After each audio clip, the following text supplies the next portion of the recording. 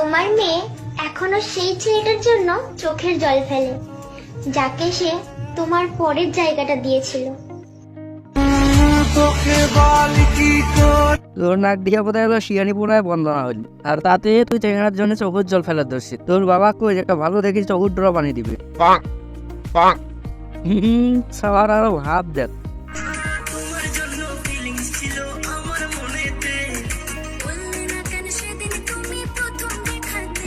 সব কিছু ঠিক আছে, কিন্তু তোর এইটা কোন ধরনের ফিলিংস ভাই?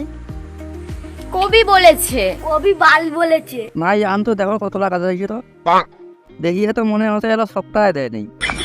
এলাও সময় আছে ভাই, সংঘ ছাড়িতে, না হলে বড় হয়ে তোর অবস্থা ইমার মতন হবে। মানছি না, মানবো না। সেকেন্ডারি বানানটা ইংরেজি মানছি না,